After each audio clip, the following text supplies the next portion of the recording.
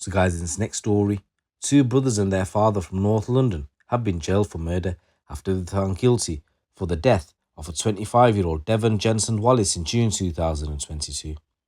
The court heard how Jamal Grant, who's 31, Lamar Grant, who's 26, and Elvis Grant, who's 51, crept up on Devon and his two friends from a bin area near Overton Close, holding a machete-type knife and a baseball bat.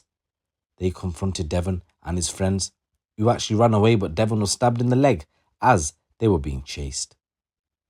Cameras caught the attack with one of the three chasers heard shouting something like, "You can't get away like this, you can't run away," before another shouted encouragement to get him.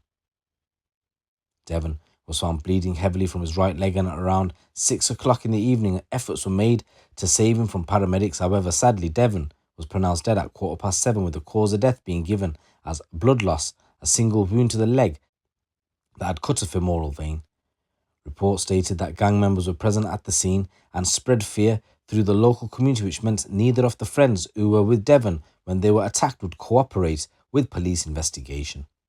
Members of the public would only also speak privately to police in fear of repercussions of their actions if they were to speak openly.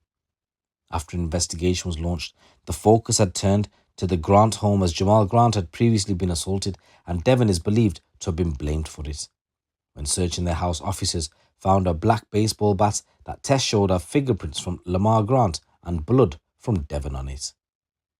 Detective Chief Inspector Joe Garrity from the Met Specialist Crime Command said, "These defendants are suspected of being linked to a gang associated with serious violence.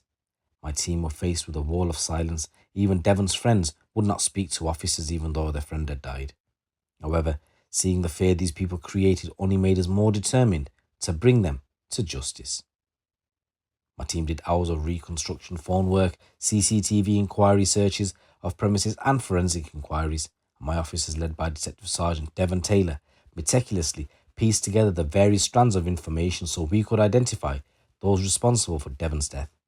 As a result of the work that we were able to present a strong case and bring his killers to justice. So it's believed that all three are going to be sentenced on August the 8th. I just want to say rest in peace, Devon, and my condolences go out to your family." In another news story coming from London ways, a Croydon duo have been jailed for a total of 18 years after a handgun was found inside a Gucci box after a firearms warrant was executed. Brandon Cole, who's 21, and Sean Chambers, who's 22, both appeared at Croydon Crown Court where they were sentenced. Cole had been found guilty of possession of a firearm and ammunition with intent to endanger life, while Chambers was found guilty of possession of a firearm and ammunition. Cole was jailed for 12 years and Chambers for 6.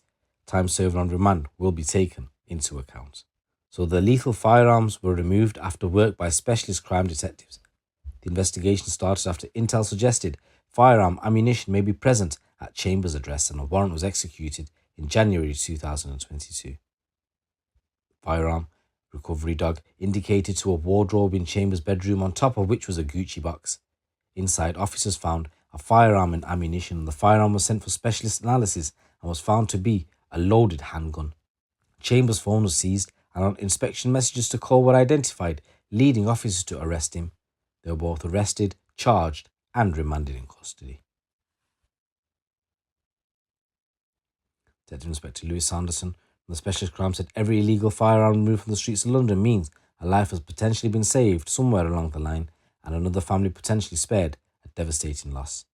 He said this work is so incredibly important, so I am pleased today that the sentences reflect the gravity of the seriousness of these offences.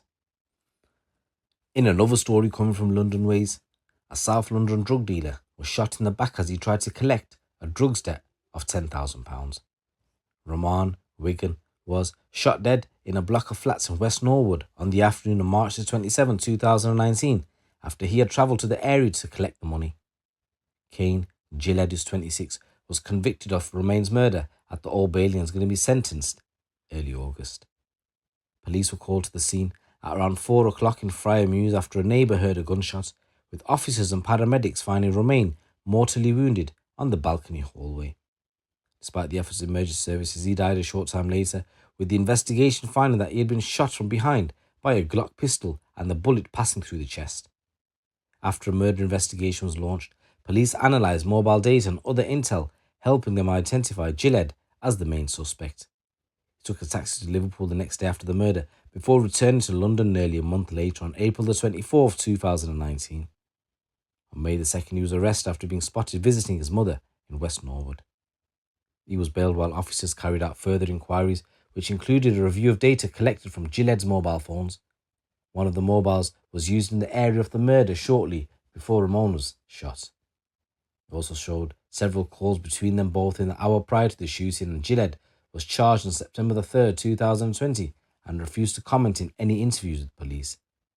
DCI Kate Kieran, who worked on the investigation, said, "Today is not a day to celebrate, but I do hope the verdict provides some comfort to the family and allows them to begin to move forward after their tragic loss." The evidence we collected against Gillette was overwhelming and showed him to have played a key part in the deliberate, planned and cold-blooded murder of Rahman. This case is also a tragic reminder of the misery drugs causes within communities and demonstrates how they can often act as a catalyst to more serious crime. Guys, in this story, coming from the northwest of England, a thug pushed a man to the floor, kicked him in the head and stole his wallet as he innocently walked home from a rugby match. The victim, who was watching the rugby at Lee, was walking home when he was attacked by Kyle Thompson on Brewery Lane on May the 5th. He punched him, causing him to fall to the floor, where he then kicked him in the head. The victim was laid defenseless on the floor, and Thompson stole his wallet from his back pocket, and he then went to a takeaway and used the victim's card to buy himself a takeaway. The incident was captured in full on CCTV, which showed the victim lying helpless on the ground as he was kicked by Thompson. Following a police investigation, Thompson was arrested on July the 19th and has now been sentenced to 3 years for robbery and fraud by false representation. Following his sentence, a spokesperson for Greater Manchester Police said the incident was captured in full on CCTV, which was shocking to view whilst the victim lay helpless as Thompson kicked him to the head. Thankfully, the victim was not seriously injured, but clearly it could have been much worse. Neighbourhood crime team officers are happy that the courts recognise the seriousness of the offence and the threat this individual poses to the public when they handed down his prison sentence.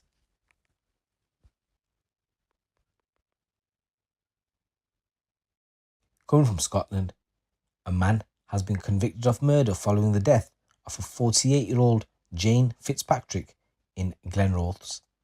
Mark Campbell, who's 37, was found guilty today following a trial at Edinburgh Crown Court. He was also found guilty of a number of assaults and sexual offences against women in the Fife area between 2003 and 2021. The body of Jane Fitzpatrick was found within a car on the Cable Road area of Glenrothes on Monday the 9th of August 2021. Detective Inspector Scott Roxburgh said this was an extremely violent attack that has left Jane's family devastated, and our thoughts remain with them at this difficult time. Campbell will now have to face the consequences of his actions. He said, "I would like to thank Jane's family and friends and those in the wider community who helped officers during this inquiry. Violence like this has no place in our society, and Police Scotland will continue to work closely with the public and our partners to bring the perpetrators to justice." So Mark Campbell is due to be sentenced at Stirling Crown Court at the end of July. So just want to say rest in peace, Jane, and my condolences go out to your family. So guys, these are a number of stories coming out from the streets of the UK. It's your boy GC. Keep it locked, keep it real.